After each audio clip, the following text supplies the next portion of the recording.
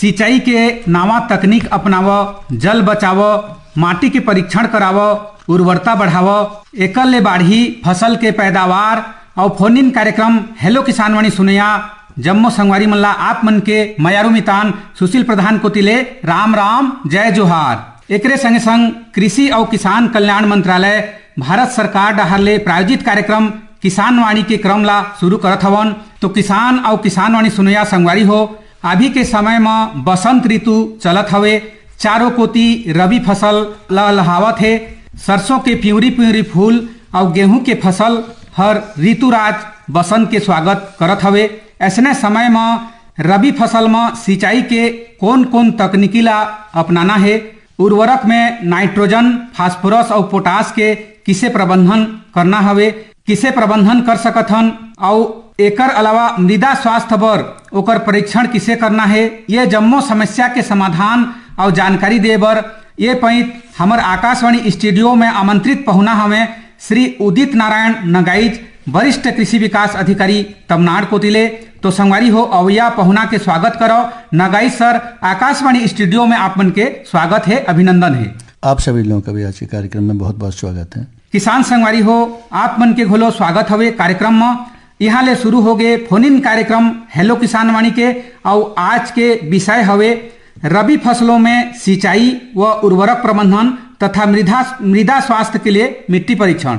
तो नगाई सर, मौसम के जैसे हिसाब ला देखबो और सही समय और वक्त ला देखबो, तो अभी के समय में किसान संगवारी मन ला का समसामयिक सलाह दिया जा सकत है? हाँ, मौसम के हिसाब से अभी हमारे किसान भाई बहन देखेंगे जो कभी कभी जैसे बदली छा जा रही है या फिर बहुत ठंड पड़ जा रही है, तो हम लोग को इस समय कीट व्याधि पर विशेष रूप से ध्यान देना है। और अभी जो दलहनी या तिलहनी फसलों की हमारे किसान जो बोनी करेंगे उसको भी थोड़ा देखेंगे, ठंड का प्रभाव थोड़ा सा कम हो तो बुआई करना ज्यादा उचित रहेगा।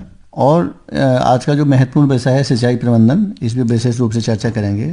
तो नगाई सर, जैसे रबी फसल के अभी माने समय चलत हवे कह, अब बहुता संगवारी मन के फसल लग गिस न भी कह, तो ये रबी के जो फसल है इनमें पहली सिंचाई के जो सही समय माने कैसे होते सर? बहुत अच्छा प्रश्न है आपका। देखिए, हम सभी लोग जानते हैं खरीफ में तो अधिकांशतः जो खरीफ की खेती होती है वो मुख्य रूप से वर्षा आधारित होती है, लेकिन रबी की जो भी फसलें हम लोग लगाते हैं वो खाद्यान्न फसल हो, दलहन या तिलहन। लगत संगवारी के फोन हवे। हेलो हेलो किसानवाड़ी। हाँ, हेलो किसानवाड़ी में आप मन के स्वागत हवे। हाँ, धन्यवाद। हाँ संगवारी, आप मन के नाम बताई है? मैं खिलेश कुमार साहू बोला तो रानी गांव नगरी जिला धमतरी। हाँ, तो साहू जी का बूता काम चलत हवे आप मन कोती? अभी हाल चाल बढ़िया है और बूता काम का अभी खेत खार में उन्हारी वगैरह लगी है, हुई लाकड़ी है, पटरा है, फूला के परत है। हाँ हाँ हाँ, चलत है उसने। और आज के विषय हवे रबी फसलों में सिंचाई व उर्वरक प्रबंधन तथा मृदा स्वास्थ्य के लिए मिट्टी जाँच। तो ये विषय में आप मन का जानना चाहिए? अभी का है बहुत ठंड पड़त है और ओकर वजह से जैसे अभी लई चुकी धान लगाए है खेत खा रहा है नहीं। हाँ, तो ओकर बढ़वार नहीं हो पात। अच्छा, एकर बाद खातों के प्रबंधन कैसे करना है? हाँ, तो हमारे वरिष्ठ कृषि विकास अधिकारी उपस्थित हवे। नगाई सर, एमन माने खातों के प्रबंधन के विषय में जानना चाहता हूं। जी बिल्कुल।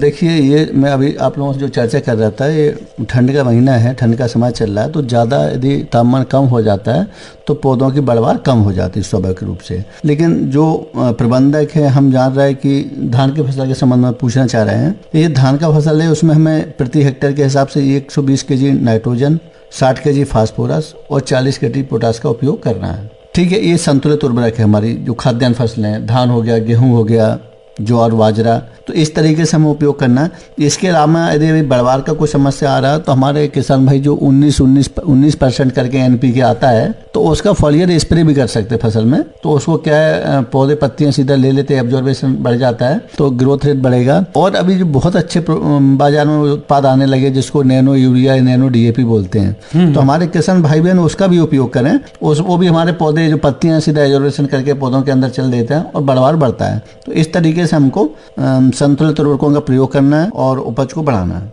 हाँ साहू जी, ठोकत है एक नैनो यूरिया है ना। हेलो, हाँ बताइए साहू जी, बताइए। हाँ, जैसे नैनो यूरिया की बात करे हो तो हमारे अपन खेत के अलावा जैसे धान के फसल के अलावा साग सब्जी में भी उपयोग कर सकते हैं का? बिल्कुल, प्याज है, आलू है या गोभी वगैरह। हाँ बिल्कुल। आप देखिए, खाद्यान्न फसल हो, दलहन तिलहन सब्जी, जो भी फसल हो, आप जिसमें भी उपयोग करना चाहते आप उसमें नैनो यूरिया भी उपयोग कर सकते हैं और DAP का उपयोग करना चाहें DAP भी उपयोग कर सकते हैं। ये अभी जो वर्तमान समय के जो आधुनिक जो बोलते हैं ना नवीन उर्वरक, ये हमारे नवीन उर्वरक हैं। वैज्ञानिकों ने इसी तरह से इसको बनाया, इसी तरह से शोध किया है कि उससे हमारे जो एब्जॉर्बेशन रेट है, जो पौधों को फर्टिलाइजर चाहिए, अभी हम लोग पुराने पद्धति के जो उपयोग करते तो उसमें तो बहुत सारे हमारे गैस बन के वातावरण में उड़ जाते थे, कुछ भूमि में अघुलनशील होकर पड़ जाते थे, कुछ बरसात में पानी के साथ में बह के चले जाते थे। तो ये जो नैनो यूरिया और DAP है, इसको हमें स्प्रे करना है। जब हम स्प्रे करेंगे तो हमारे पत्तियों, पौधों की पत्तियों पर जाएगा और सीधे सीधे पौधे इसको अवशोषित कर लेंगे।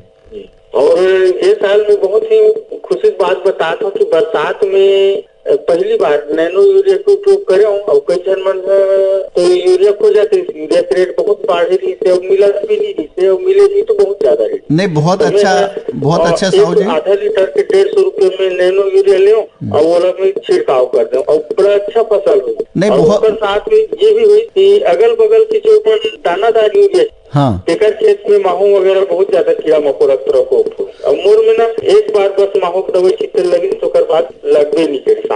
नहीं, बहुत अच्छा किया, इसलिए मैं आपको बताया। देखिए, अभी जो नवीन उर्वरक हैं, आधुनिक उर्वरक हैं, वैज्ञानिकों ने इसी तरीके से शोध करके इनको बनाया हुआ है ना। तो आपने उपयोग किया, इसका बहुत अच्छा रिजल्ट मिला, हमें आशा और विश्वास है और किसान भी आपकी बात को सुनेंगे। और आपने जो प्रैक्टिकल अपने क्षेत्र में किया है, इसको करके हमारे और किसान भाई बहन भी इसको अपनाएंगे। अखिलेश कुमार साहू जी, आप मन फोन करो, कार्यक्रम में जुड़ो, एक खातिर बर आप मला बहुत बहुत धन्यवाद है। आपको मला धन्यवाद भैया, हमरो फोन न उठाए वो बात हुई। तो प्रधान जी, अभी बहुत अच्छा बात बताया किसान भाई कि जो नवीन जो हमारा फर्टिलाइजर है, यूरिया और nano urea, nano DAP। Sir phone हवे। हेलो जयराम भैया। जयराम फोन इन कार्यक्रम हेलो किसान वाणी में आप मन के स्वागत हवे। धन्यवाद भैया। मैं नान घाट कातल बोड़ले भाग से राजपूत बोला था भैया। हाँ राजपूत जी, का बुता काम चलत हवे? ये दे गहूं में दूसरिया पानी चालू करे हो भैया आज। हाँ सोसाइटी के दे काम होई सब है, धान उन बेचे काम है। हाँ।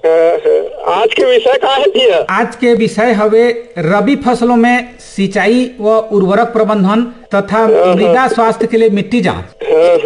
तो आज ये पल्लो चालू करे है भैया। गेहूं में कौन प्रकार ले खाद डालना है ओकरे बारे में थोड़ा जानकारी देते हो? हाँ, तो हमारे वरिष्ठ कृषि विकास अधिकारी नगाइश सर उपस्थित हमें स्टूडियो में। तो सर ये खाद के बारे में ये भी जानना चाह रहे हैं। हाँ ठीक है, बहुत बढ़िया। अभी गेहूं लगाए आप, है ना? हाँ, गेहूं डले भी आज पानी चालू करे है, खाद ला कौन प्रकार ले डालना चाहिए थी ओकरे बारे में थोड़ा जानकारी देते। बिल्कुल आप ना, ये तो देखिए संतुलित मात्रा में हमको उपयोग करना है उर्वरकों का। तो जैसे 120 किलोग्राम नाइट्रोजन प्रति हेक्टेयर पीछे, 60 किलोग्राम फास्फोरस और 40 किलोग्राम पोटाश, ये हमको इस संतुलित मात्रा में इसका उपयोग करना है। तो इसके लिए आपको एक सलाह देंगे। अभी जैसे आप जो पानी दे रहा है वो कौन सी पद्धति से दे रहा है? स्प्रिंकलर विधि से दे रहा है? स्प्रिंकलर सेट लगाए हो क्या? नहीं, खुला दे रहे भैया। अच्छा, ठीक सामने खड़ा होकर के। हाँ ठीक है, चलिए ये ठीक है भी, है ना। बाकी जो मैं आपको जैसे स्प्रिंकलर सेट से भी बोल रहा था, ये थोड़ा आधुनिक विधि है। इसमें हमारा पानी भी बेचता है और पौधों की जो पत्तियां धुल जाती हैं, जो फोटोसिंथेसिस, जो प्रकाश संश्लेषण बोलते हैं ना, वो भी अच्छा होता है। अब हमको जो उर्वरकों का उपयोग करना है, तो अभी जो आधुनिक जो नवीन उर्वरक आ गए हैं, नैनो यूरिया, नैनो DAP, ठीक है, तो हम लोग को इसका भी उपयोग करना। आप लोग जान रहे हैं इसका क्या करते हैं? स्प्रे करते हैं। इसका स्प्रे करने से क्या होता है, ये स्पेशल स्प्रे के लिए बना रहता है, तो पौधों की जब पत्तियों पर गिरता है तो पौधों की पत्तियां इसको अवशोषित कर लेती हैं और पौधों को भोजन उपलब्ध करवाने का काम करती हैं। तो ये नैनो यूरिया और नैनो DAP हो गया। इसके अलावा अभी और हमारे फर्टिलाइजर जैसे आते हैं, जैसे NPK 19-19-19% आता है, जिसमें 19% नाइट्रोजन रहेगा, 19% फास्फोरस, 19% पोटास। तो इसका भी स्प्रे करना है। इसका हमको 1 लीटर पानी में 5 से 7 ग्राम इसको उर्वरक को हम घोल बना करके उपयोग कर सकते हैं। लेकिन एक चीज हम लोग को ध्यान देना, जैसे 1 एकड़ में यदि हम इसका उर्वरक कोई भी स्प्रे कर रहे हैं तो हमें कम से कम 6 से 7 टंकी है उतना घोल डालना है, तब हमारे पौधों की पत्तियां अच्छे तरीके से सब भींग पाएंगी और उसको एब्जॉर्प्शन कर पाएंगी। तो इस तरीके से आप ये 2 चीजों का उपयोग करके देखिए और मुझे पूरा आशा विश्वास है कि आपको अच्छा उपज मिलेगा। ठीक है। हाँ, तो राजपूत भैया हमारे कार्यक्रम में जुड़ो, आप मन के माध्यम ले हमर और जो दूसर किसान संगवारी मन है वो मन ला भी जानकारी मिलही। फोन करो, हमारे कार्यक्रम में जुड़ो, एक खातिर बर आप मन ला बहुत बहुत धन्यवाद है। बहुत बहुत धन्यवाद भैया। आकाशवाणी ला डॉक्टर साहब ला भी जानकारी देहे पर अच्छा बहुत बधाई। हाँ, तो रबी फसलों में सिंचाई का बहुत ज़्यादा महत्व रहता है। हम सब जानते हैं कि रबी की खेती जब कर रहे हैं तो बिना सिंचाई के ये संभव नहीं है, इसलिए सिंचाई का इसमें बहुत ज़्यादा महत्व रहता है। तो अभी रबी में जो सबसे महत्वपूर्ण फसल है हमारी गेहूँ। हाँ, तो गेहूँ में कम से कम हमें 5 सिंचाई की आवश्यकता रहती है। हमें यदि 5 सिंचाई हमारे फसल के लिए मिल जाए तो उत्पादन निश्चित रूप से बहुत अच्छा होगा। अच्छा, हाँ। इसमें अभी जैसे राजपूत जी बोल रहे थे, जो पहला सिंचाई तो हमसे 21 से 25 दिन में करना है। हाँ, जिसको बोलते हैं मुकुट या कीट जन अवस्था बोलते हैं, 21 से 25 दिन की फसल रहती है। और दूसरी जो अवस्था रहती है वो कण से निकलने की अवस्था रहती है, ये 40 से 50 दिन के बीच में रहती है। अच्छा। तो इस समय भी हमको निश्चित रूप से सिंचाई करना है। तीसरी जो अवस्था रहती है फूल आने की अवस्था, ये 60 से 65 दिन में रहती है। और चौथी जो अवस्था है वो दूध भरने की अवस्था, जो 80 से 85 दिन में आती है। और 5वीं अवस्था है दाना भरने की अवस्था, ये 95 से 105 दिन के बीच में आती है। अच्छा, तो ये जो सभी अवस्थाएं होती हैं इनको हम क्रांतिक अवस्था बोलते हैं। हाँ, क्रांतिक अवस्थाएं क्या होती है, मैं थोड़ा सा सामान्य भाषा में बता देता हूँ। ऐसी अवस्थाएं जिस समय फसल को विशेष रूप से पानी की या सिंचाई की आवश्यकता होती है। यदि इस समय हमारे किसान भाई बहन लोग यदि पानी नहीं दे पाए तो हमारा उत्पादन बहुत ज्यादा प्रभावित हो जाता है। तो हमें इस चीज का विशेष रूप से ध्यान रखना है कि जो क्रांतिक अवस्था है हमें उसी समय विशेष रूप से पानी देना है। हाँ। अब इसमें एक स्थिति और बन सकती है, मान लो किसी किसानों के पास कम पानी उपलब्ध है। अच्छा, मान लो फसल गेहूं की लगाए, अब मैं बोला 5 सिंचाई देंगे तो बहुत अच्छा उत्पादन प्राप्त होगा, लेकिन उनके पास पानी बहुत 3 ही सिंचाई का पानी उपलब्ध है, तो कब देना। तो ऐसी स्थिति में जो पहला सिंचाई करना है वो क्रीट जड़ अवस्था बोलते हैं 21 से 25 दिन में। और दूसरा जो सिंचाई करना है वो गांठ पड़ने पर 60 से 65 दिन में। और तीसरे जो सिंचाई करना है वो दूध भरने की अवस्था भी आपको बताए 95 से 105 दिन में। अच्छा। तो यदि सीमित मात्रा में पानी उपलब्ध है तो 3 सिंचाई अनिवार्य रूप से हमारे किसानों को देना है। नगई सर, ये जो जानकारी आप मन बताते हो, एक जानकारी रखना किसान मतलब बहुत जरूरी है। बहुत जरूरी। ये फसलों की क्रांतिक अवस्था है। अभी मैं आपसे गेहूं की चर्चा किया था, और भी जो रबी की फसल में थोड़ा उसके बारे में भी आपको बता देता हूँ। हमारे किसान भाई बहन भी इसको नोट कर लें, जान लें। इसी तरीके से दलहन की एक महत्वपूर्ण फसल है अभी रबी में, चना बोलते हैं। तो चना के लिए जो पहली सिंचाई क्रांति अवस्था रहती है वो 25 से 30 दिन में शाखा बनने पर, जैसे चना का जब पौधा निकलता है तो उसमें शाखा बनने लगती है। हाँ। वो 25 से 30 दिन की अवस्था होती है जब हमको पहली सिंचाई करना चाहिए। दूसरी सिंचाई बनती है उसमें फली लगने पर, जैसे फली आना शुरू हो जाता चना में, तो 60 से 65 दिन उस समय हमको करना है सिंचाई। तीसरी अवस्था रहती दाना पड़ने पर, दाना जब भरना शुरू हो जाता है, ये 80 से 90 दिन की अवस्था रहती। तो हमें इस तरीके से चना में 3 सिंचाई यदि हम दे देते हैं तो निश्चित रूप से हमें बहुत अच्छा उत्पादन प्राप्त होगा। इसी प्रकार से दलहनी फसलों में और एक महत्वपूर्ण फसल है मटर की फसल। मटर की फसल में हम 2 सिंचाई भी यदि हमारे पास पानी उपलब्ध है तो आराम से मटर की खेती को कर सकते हैं। इसमें जो पहला पानी देना शाखा बनने पर 25 से 30 दिन में, दूसरा दाना भरते समय 60 से 70 दिन में। अच्छा। हाँ, तो हमें मटर का अच्छा उत्पादन प्राप्त हो सकता है। इसी तरीके से एक और दलहन की फसल है महत्वपूर्ण, मसूर बोलते हैं इसे। हाँ। इसमें भी पहला पानी देना वो शाखा बनने पर 25 से 30 दिन में, और दूसरा पानी है शाखा दाना भरने पर 60 से 70 दिन में। तो इस तरीके से जो हमारी 3 महत्वपूर्ण दलहन फसलें हैं, इनमें मुख्यतः हमें 2 सिंचाई में देना है, 2 सिंचाई में हमारी फसल पूर्ण हो जाती है। नंगई सर, बहुता का होते किसान मन ला ये भ्रम रथे कि कौन समय में देना है, ये चीज नहीं जान पाए, अवस्था में माने पानी की आवश्यकता पड़थे तो कतका अच्छा आप मन एकर जानकारी दे हो तो निश्चित रूप से किसान मन ला ये चीज के लाभ हो ही कह।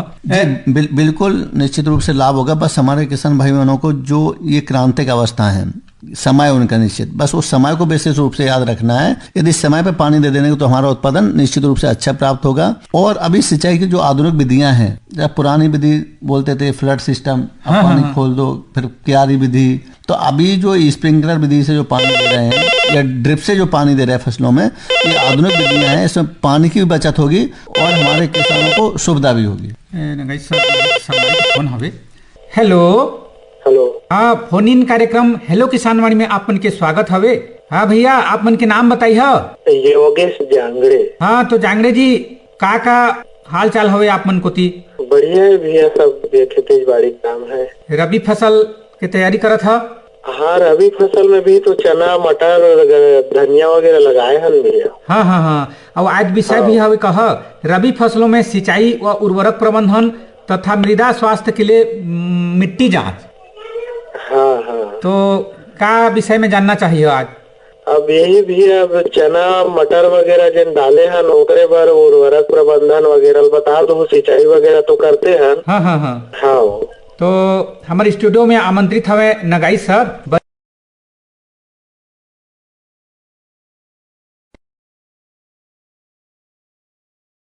आप दलहन फसल लगाए हो, जैसा कि हम सभी लोग जान रहे हैं, दलहनी फसलों में नाइट्रोजन की कम मात्रा में आवश्यकता रहती है। तो जो चना फसल है, चना में 20 किलोग्राम नाइट्रोजन, 40 किलोग्राम फास्फोरस और 20 किलोग्राम पोटास प्रति हेक्टेयर की आवश्यकता होती है। यदि हम इस तरीके के उर्वरक का उपयोग करते हैं, संतुलित मात्रा में उपयोग करते हैं, तो निश्चित रूप से हमको अच्छा उपज प्राप्त होगा। इसी प्रकार से यदि हम मटर में देखें तो मटर में क्या है, इसमें ज़्यादा चना की अपेक्षा ज़्यादा उर्वरकों की आवश्यकता रहती है। इसमें नाइट्रोजन 25 kg, फास्फोरस 50 kg और पोटास भी 50 kg। ये पोटास इसलिए इसमें ज़्यादा आवश्यकता पड़ती है कि इसमें जो फलियाँ रहती हैं, जो फलियाँ भरती हैं, दाना अच्छा भरे, पोची फलियाँ न रहे, इसलिए हमें इसको पोटास ज़्यादा देने की आवश्यकता रहती है। तो इस तरीके से हम चना और मटर में NPK जो संतुलित उर्वरकों को उसका उपयोग कर सकते हैं। इसके अलावा अभी जो हमारे और आधुनिक उर्वरक हैं, नैनो यूरिया, नैनो DAP, इसका भी उपयोग कर सकते हैं। और बहुत सारे उर्वरक आजकल फोलियर स्प्रे के लिए आने लगे, NPK, जैसे 19% है ना, तो ऐसे उर्वरकों का भी हम फोलियर स्प्रे करके सिंचाई करके उस उर्वरक दे सकते हैं फसल में। हाँ हाँ जांगड़े जी, और कुछ जानना चाहिए? नहीं, धन्यवाद भैया। तो हमारे कार्यक्रम में जो फोन करो आप मन के माध्यम ले हमार जो दूसर संगवारी मन है वो मन ला भी जानकारी मिलही। एक खातिर पर आप मन ला बहुत बहुत धन्यवाद है जी। धन्यवाद। तो ये सिंचाई की चर्चा चल रहा था अभी। हाँ। तो गेहूं में और जो दलहन फसलें उनमें हो गया था। मैं तो कुछ जो महत्वपूर्ण तिलहन फसलें भी हमारे यहाँ छत्तीसगढ़ में लगाई जाती हैं, उनके संबंध में चर्चा कर लेता हूँ। तिलहन फसलों में एक महत्वपूर्ण फसल है सरसों। तो सरसों की फसल में यदि हमारे किसानों के पास 3 पानी उपलब्ध है, उसकी 3 क्रांतिक अवस्थाएं रहती हैं। पहली जो क्रांतिक अवस्था रहती है वो शाखा बनने पर 30 से 35 दिन में। अच्छा। हाँ। दूसरी जो क्रांतिक अवस्था रहती है वो फूल आने के पूर्व, ये 40 से 50 दिन में।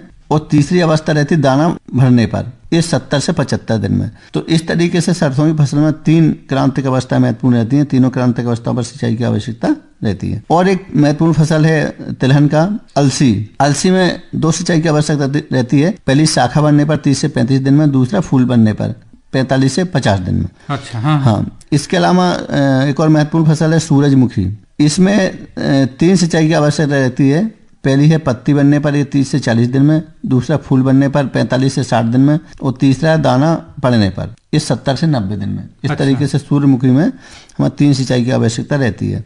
तो ये प्रमुख रूप से जो कुछ तिलहनी फसलें थीं जिनके संबंध में आपको बताया। नगाई सर, जैसे कि पानी के जो सही समय में अगर इला देना है, लेकिन क्रांतिक अवस्था में जैसे खाद उर्वरक की अगर बात करत हन तो सर एमे भी माने अवस्था के हिसाब से खाद डाले बर पड़थे का? देखिए, बिल्कुल निश्चित रूप से हर उर्वरकों का उपयोग कर रहे हैं। यदि हम सिंचाई का भी दे रहे हैं फसलों में तो निश्चित रूप से एक समय रहता है। जैसे हम फसल की निदाई भी करते हैं तो उसका भी एक निश्चित समय रहता है। हाँ, ऐसा हाँ, ऐसा बोलते हैं यदि हम जैसे धान की फसल लगाए तो उसमें 40-45 दिन तक यदि निदाई नहीं किए या कोई दवा नहीं डाले नींदानाशक, तो उसके बाद यदि हम नींदानाशक दवा डाल भी देंगे तो कोई ज़्यादा प्रभाव पड़ने वाला नहीं है। अच्छा। हाँ। तो ठीक इस प्रकार से एक निश्चित समय रहता है, तो निश्चित समय पर हमको सिंचाई करना और निश्चित समय पर हम वो उर्वरकों का उपयोग करना। तो उसमें उर्वरकों में जो शुरुआती अवस्था में उसमें ये फास्फोरस पोटास का तो पूरा मात्रा उपयोग कर दिया जाता है। अच्छा, हाँ। लेकिन जो नाइट्रोजन की मात्रा रहती है जिसको हम मुख्य रूप से यूरिया के रूप में उपयोग करते हैं, तो इसको हमको 2 से 3 भाग में या 4 भागों में बांट कर देते हैं ताकि इसका पौधे या फसल ज़्यादा उपयोग कर सकें। तो सर जैसे कि हम धान के में जैसे खाद डालथन तो आधार खाद जैसे पहले डाल लेथन कह, ठीक, फिर बाकी स्टेप बाय स्टेप देथन, तो ऐसने ये रबी फसल में भी मैंने ऐसने ही उपयोग करना है खाद के? बिल्कुल। देखिए रबी में भी हमको इसी तरीके से उपयोग करना जो आपको बताया था, फास्फोरस और पोटास जो भी उपयोग करना, तो उसका लगभग हम संपूर्ण मात्रा शुरुआती अवस्था में डाल दें, आधार खाद के रूप में डाल देते हैं। हाँ। वो कुछ नाइट्रोजन भी रहता है 25%, 20 से 25%। अब जो हमारा नाइट्रोजन बचा 70 से 75% जो बचत है उसको हम 2 से 3 या 4 अवस्था में भी उपयोग कर सकते हैं, मुख्य रूप से जिसको यूरिया के रूप में देते हैं। हाँ, तो उसको उपयोग कर सकते हैं। फिर आजकल बहुत सारे उर्वरक वो पाउडर फॉर्म में आने लगे, हाँ, जो स्प्रे करते घोल करके हमारे किसान, तो उसका भी हम स्प्रे कर सकते हैं, उनका भी बहुत अच्छा रिजल्ट है। जो हमारे किसान बहुत सारे बोलते हैं आजकल, सर हम ये विटामिन देंगे, वो विटामिन देंगे, तो देखेंगे बहुत महंगा पड़ते हैं ऐसे उत्पाद, है ना, और उसका कोई प्रमाणिक ऐसा रिजल्ट भी नहीं है वैसे रूप से, है ना। तो ये जो उर्वरक है NPK हो गया, ये सस्ते भी पड़ेंगे और इसका अच्छा रिजल्ट भी मिलेगा। अच्छा। तो हमारे किसान भाई बहनों के लिए यही मैं बताना चाहता हूँ कि आप लोग इनका उपयोग विशेष रूप से करें। और जैसे कुछ फसल, जैसे धान का फसल हो गया, गेहूं का फसल हो गया या मूंगफली का फसल हो गया, तो हम इसमें जिंक सल्फेट का भी उपयोग कर सकते हैं। और जो तिलहनी फसलें विशेष रूप से, उसमें हम सल्फर का उपयोग जरूर करें, क्योंकि सल्फर का उपयोग तिलहनी फसलों में बहुत ज़्यादा उपयोगी रहता है। ये उसमें दाना को बढ़ाएगा, उपज को बढ़ाएगा और तेल % को भी बढ़ाता है। तो सल्फर का उपयोग हमको तिलहनी फसलों में विशेष रूप से जरूर करना है। अच्छा, हाँ। एकर अलावा सर जैसे कि संतुलित खाद और उर्वरक प्रबंधन जैसे फसल बर करत हन, तो एकर ऊपर फसल बर का असर पड़ती सर? देखिए संतुलित उर्वरकों का मतलब यही है कि हर जो पोषक तत्व रहते हैं, जैसा कि हम लोग जान रहे हैं पौधों को 18 प्रकार के पोषक तत्वों की आवश्यकता रहती है, तो ये आवश्यक पोषक तत्व ऐसे हैं कि जिनके बिना पौधों का जो जीवन चक्र वो पूर्ण नहीं हो पाएगा। हाँ, जिनको अपना पौधों को जीवन चक्र पूर्ण करने के लिए ऐसे पोषक तत्व चाहिए ही चाहिए। तो जिसमें से कुछ जो सूक्ष्म पोषक तत्व रहते हैं उनकी तो बहुत कम मात्रा में आवश्यकता रहती है, लेकिन जो हम लोग उर्वरकों से देते हैं मुख्य रूप से, तो उसमें नाइट्रोजन, फास्फोरस, पोटास, हाँ, इसके अलावा सल्फर या जिंक, है ना, उसका भी उपयोग करते हैं। तो संतुलित उर्वरकों का उपयोग यही है कि यदि हम नाइट्रोजन का उपयोग कर रहे हैं, मालूम नहीं कर रहे, तो हमारे पौधों की बढ़वार नहीं हो पाएगी सही तरीके से। फसल की हमें जो बढ़वार चाहिए नहीं हो पाएगी। अब यदि नाइट्रोजन का यदि ज्यादा उपयोग हो गया तो पौधों में, फसल में जो लेजिंग की समस्या आती है, पौधे गिरने लगते हैं, बहुत सारे कीड़े बीमारी लगते हैं यदि हम ज्यादा नाइट्रोजन का उपयोग करते हैं। बोलते हैं ना, यूरिया डाल दिए तो सांप कीड़ा लग गया, तो ऐसी स्थिति आ जाती है। तो हर पोषक तत्वों का अपना काम है। ऐसे यदि हम फास्फोरस की बात करें तो फास्फोरस भी बहुत महत्वपूर्ण रहता है पौधों की बढ़वार के लिए, विकास के लिए, तनाव को मजबूत करता है। अब यदि हम इसका उपयोग नहीं करेंगे तो हमें जो अच्छा स्वस्थ पौधा चाहिए, मजबूत तना चाहिए, वो हमको नहीं मिल पाएगा। और फसल या पौधा कमजोर रहेगा तो कीट व्याधि का प्रकोप भी ज्यादा रहेगा। इसी तरीके से पोटास के भी सब काम रहते हैं। पोटास भी बहुत महत्वपूर्ण पोषक तत्व है। पुराने समय में हमारे किसान भाई नहीं देते थे, लेकिन आजकल बहुत से भाई बहन इसका उपयोग करने लगे और बिल्कुल निश्चित रूप से करना भी चाहिए। देखिए पोटास के इतने महत्वपूर्ण काम है, यह फसलों को कीटों बीमारियों के प्रकोप से रक्षा करता है पोटास। अच्छा। और ये जो दूसरे भी जो उर्वरक होते हैं उनकी उपयोगी क्षमता को बढ़ाने का भी काम करता है पोटास। अच्छा। कभी कभी क्या स्थिति बन जाती है कि कहीं सूखे की स्थिति बन गई खरीफ फसल में या रबी में, या पाला की स्थिति बन रही रबी में, तो ये पोटास उससे भी फसल को बचाने का काम करता है। फलों एवं सब्जियों को फूल को झड़ने से रोकने का काम करता है पोटास। जो फसल है उनकी जो भंडारण क्षमता है उसको बढ़ाने का काम करता है। और सब्जी वाली फसलें जैसे मिर्ची है, टमाटर, गाजर, तो इनके रंग को और अच्छा निखार देता है पोटास। अच्छा, चमक ला देता है, रंग को और अच्छा निखार देता है, तो हमें बाजार मूल्य हमारे किसानों को अच्छा मिलता है। इसी तरीके से आलू है, प्याज है, लहसुन, इसकी जड़ों की वृद्धि के लिए पोटास बहुत उपयोगी होता है। तो सभी का उपयोग करना जरूरी है और संतुलित मात्रा में। तो वैज्ञानिकों ने हर फसल के लिए एक निश्चित मात्रा में नाइट्रोजन, फास्फोरस, पोटास की मात्रा को प्रति हेक्टेयर के हिसाब से निर्धारण किया है, जिसको मैं थोड़ा सा बता देता हूँ आपको। जैसे गेहूं है तो गेहूं में 120 100 से 120 केजी नाइट्रोजन, 60 केजी फास्फोरस और 30 से 40 केजी पोटास, ये प्रति हेक्टेयर के हिसाब से हमको आवश्यकता रहती है। तो इस तरीके से यदि हम उपयोग करेंगे तो ये संतुलित मात्रा में उपयोग कहलाएगा। इससे हमारी फसल की बढ़वार भी अच्छी होगी, कीट व्याधि का प्रकोप नहीं होगा और हमारे किसानों को उपज अच्छी प्राप्त होगी। इसी तरीके से यदि हम दलहनी फसलों की बात करें तो दलहनी फसलों में नाइट्रोजन कम मात्रा में आवश्यकता होता है। जैसे महत्वपूर्ण फसल चना हो गया, चना में 20 केजी नाइट्रोजन, 40 केजी फास्फोरस और 20 केजी पोटास प्रति हेक्टेयर, तो हम उसको उपयोग कर सकते हैं। और तिलहनी फसलों में जैसे सरसों में हम 90 से 100 केजी नाइट्रोजन, 80 केजी फास्फोरस और 40 केजी पोटास का उपयोग करते हैं प्रति हेक्टेयर। तो ये सबका संतुलित मात्रा में उपयोग बनाए हुए वैज्ञानिकों ने, क्योंकि यदि हम लोग कम मात्रा में उपयोग करते हैं तो हमारी उपज प्रभावित हो जाएगी, उपज हमको पर्याप्त प्राप्त नहीं हो पाएगी। और यदि हम किसी भी उर्वरक का अपना जो असंतुलित मात्रा है, संतुलित मात्रा है, उससे ज़्यादा भी यदि हम उपयोग कर देते हैं तो फिर हमारी जो फसल की स्थिति खराब हो जाएगी। जैसे बताया नाइट्रोजन ज़्यादा होगा तो लेजिंग की समस्या आ जाएगी, पौधे फसल गिरने का समस्या आ जाएगा, कीट व्याधि का प्रकोप बढ़ जाएगा। और यदि हम अनावश्यक भी यदि उर्वरकों का उपयोग कर रहे हैं मार्केट से, बाजार से खरीद करके, तो हमारे किसानों की लागत भी बढ़ेगी। तो इस चीज़ का एकदम हमें ध्यान रखना है। तो हर फसल का एक निश्चित मात्रा में नाइट्रोजन, फास्फोरस, पोटास का एक रेशियो बना हुआ है, उसका हमें उपयोग करना है। अब ये जो हम नाइट्रोजन, फास्फोरस, जो पोटास की पूर्ति करते हैं, ये हमारे किसान भाई बहन कई रूपों में फसलों को करते हैं। जैसे एक तो पुराना जो हमारा सिस्टम चल रहा, जो महत्वपूर्ण भी है, गोबर खाद, उसके माध्यम से भी देते। गोबर खाद में निश्चित डालना चाहिए फसल में, उसकी निश्चित मात्रा में उपयोग रहती है। क्योंकि ये जो बताया आपको, जो पौधों के लिए अनिवार्य पोषक तत्व हैं, तो गोबर की खाद हो गई, वर्मी कंपोस्ट हो गई, या और भी हरी खाद हो गई है, बकरी खाद हो गई, तो इनमें सभी प्रकार के पोषक तत्व प्राय रहते हैं। कम मात्रा में रहते हैं लेकिन सभी प्रकार के पोषक तत्व रहते हैं जो फसलों के लिए आवश्यक हैं, अब उनको जीवन चक्र पूरे करने के लिए। तो इसको हम गोबर की खाद में भी उपयोग कर सकते हैं, उसके वर्मी कंपोस्ट, इसको केचुआ खाद बोलते हैं, उसके माध्यम से भी उपयोग कर सकते हैं। और हरी खाद, आप उसको भी जान रहे हो, हरी खाद क्या रहता है, बहुत सी ऐसी फसलें रहती हैं जिसमें सनई, ढैंचा, कुछ दलहनी फसलें भी हैं जिनका बढ़वार बहुत तेजी से होता है। अच्छा, हाँ, तो उसमें क्या है, जैसे हमारे अब आजकल आधुनिक समय में बहुत से किसान भाई बहन ऐसे जिनके पास मतलब गोवंश उपलब्ध नहीं है, पशु नहीं रख रहा है, तो गोबर की खाद नहीं मिल पा रही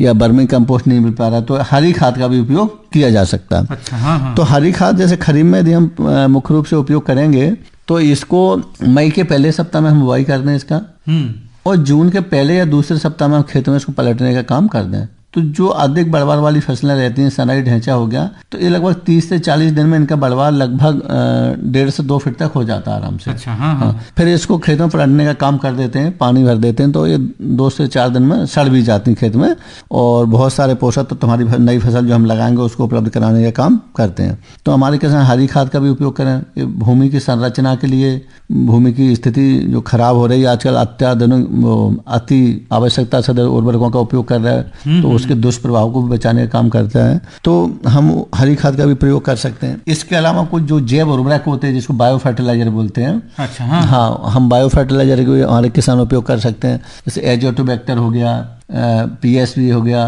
इस पर घोलक बैक्टीरिया, या आजकल पोटाश घोलक बैक्टीरिया भी आने लगा, जेडएसपी जिंक घोलक बैक्टीरिया भी आने लगा।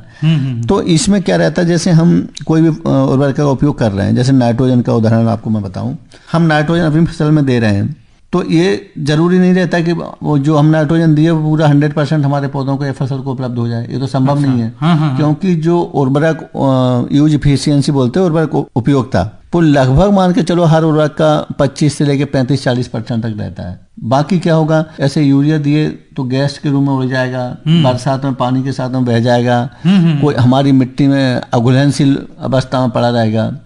तो बहुत सारे जो पोषक तत्व रहते हैं, नाइट्रोजन हो, फास्फोरस, पोटास, जिंक, तो ये अघुलनशील अवस्था में भी हमारी मिट्टी में पड़े रहते हैं।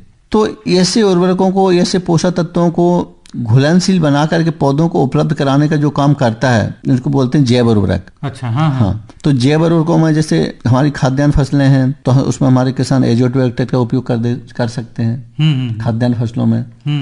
और जैसे पीएसबी है, स्फोरक घोलक बैक्टीरिया बोलते हैं, तो इसको पूरी खाद्यान्न फसलों, दलहन तिलहन साग सब्जी जिसमें भी किसान भाई बहन उपयोग करना चाहे उसमें उपयोग कर सकते हैं। इसी तरीके से पोटास का उसका भी उपयोग किया जा सकता है। तो ये क्या है, जो जैव उर्वरक ये सस्ते भी पड़ेंगे और जो रासायनिक उर्वरकों का जो अंधाधुंध उपयोग है, हमारी लागत बढ़ रही, हमारे पर्यावरण को कहीं ना कहीं उसका दुष्प्रभाव भी पड़ता है। जब कोई भी चीज हो यदि आवश्यकता से अधिक यदि उपयोग हो रही है तो वो फिर दुष्प्रभाव दिखाएगी वातावरण में या फसल में, उसका दुष्प्रभाव रहेगा। तो हम इस तरीके से जो अनुपयोगी पड़े हुए हैं जो पोषक तत्व जो उसको हम जैव उर्वरकों का उपयोग करके घुलनशील बना करके अपने जो आगामी फसल है उसको उपलब्ध कराने का कार्य कर सकते हैं।